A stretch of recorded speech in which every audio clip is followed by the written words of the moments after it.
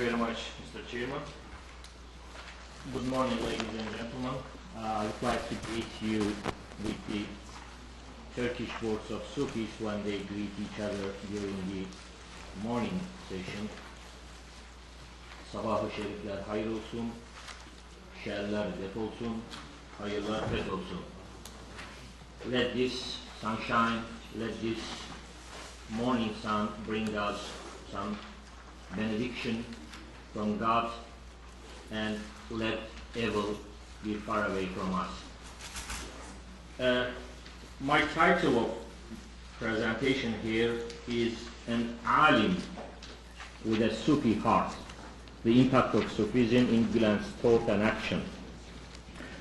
As a traditional scholar of Islam, preacher, thinker, poet, and the author in one hand, and an educationalist, activist, peacemaker on the other hand, an important contemporary Turkish religious leader, Fethullah Gülen, or Hoca Efendi, which means himself and his movement has been a very attractive subject matter of many studies for the last 10 years. However, if you look at the fundamental character of those researchers in Turkey and abroad, we see that most of them are mostly some strategic studies focused on either socio-political projects of his movement or determining the degree of history to so-called modern society, modern world. Of course, such a successful person who has thousands of followers and international educational projects, ultimately he deserves many studies. Actually, he is incapable of becoming an open target for all those type of researchers. He deserves many studies from a variety of aspects.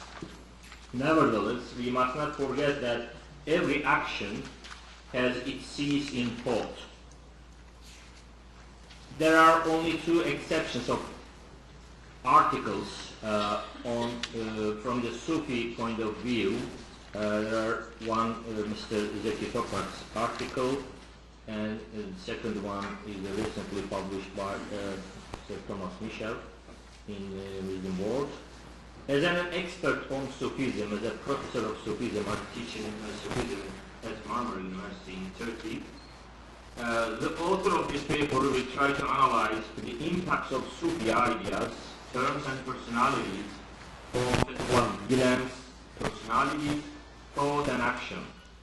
The further effects of his understanding of Sufi ideas can be seen beyond all his action. I will not deal directly with his educational, political or social projects. While his written works such as books, articles, interviews and poems, along with his thoughts, would be main sources, but some secondary sources also will be used in order to fulfill this research. I will split my research into stages. First, I will try to render chronologically some aspects of Sufism which have integrated with Mr. Gülen's life. Secondly, I will try to examine his frame of mind or mindset, mentality, from a mystic point of view, and finally derive my conclusion based on these data. I will not be able to present all inputs in such a short time. Sure.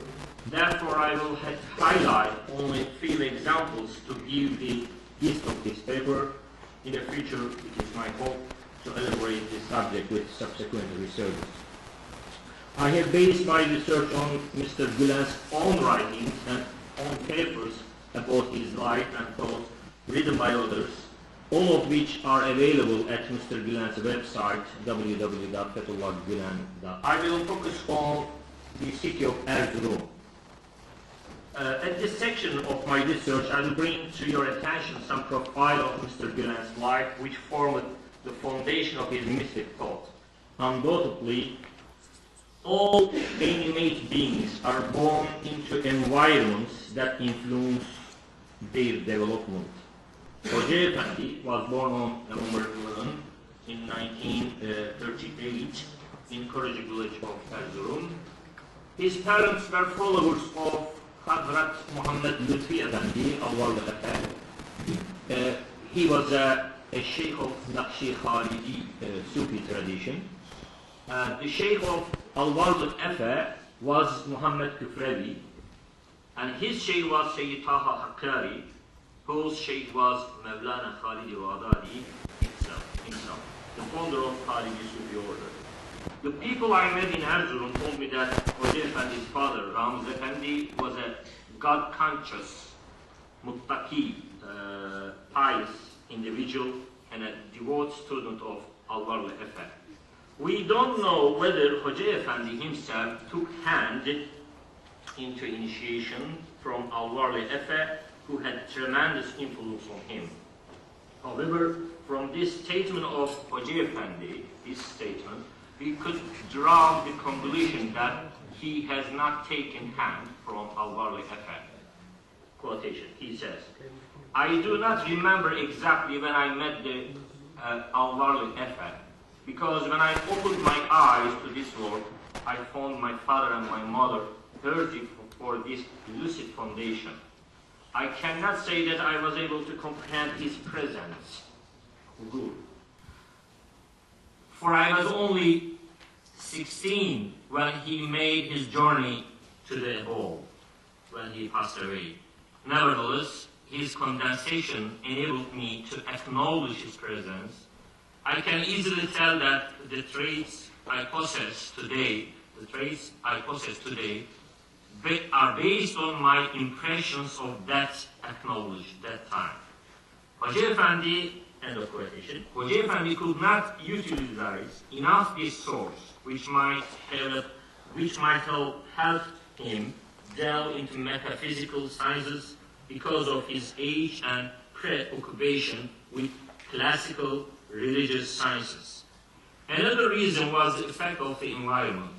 Since the beginning of 20th century, religious life and Islamic understanding in Hoca Efendi's hometown, Erzurum, was shaped fundamentally by madrasa scholars, ulama.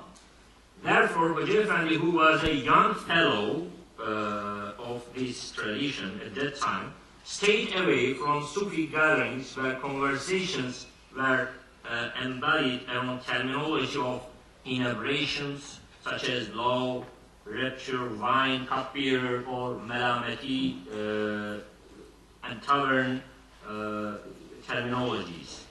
However, there are quite many examples in Sufism where a course of second sobriety is experienced, which is Fatkasani in Arabic, experienced after a period of inebriation. In fact, Mevlana Khalid himself, his poetry is brimful of such experience.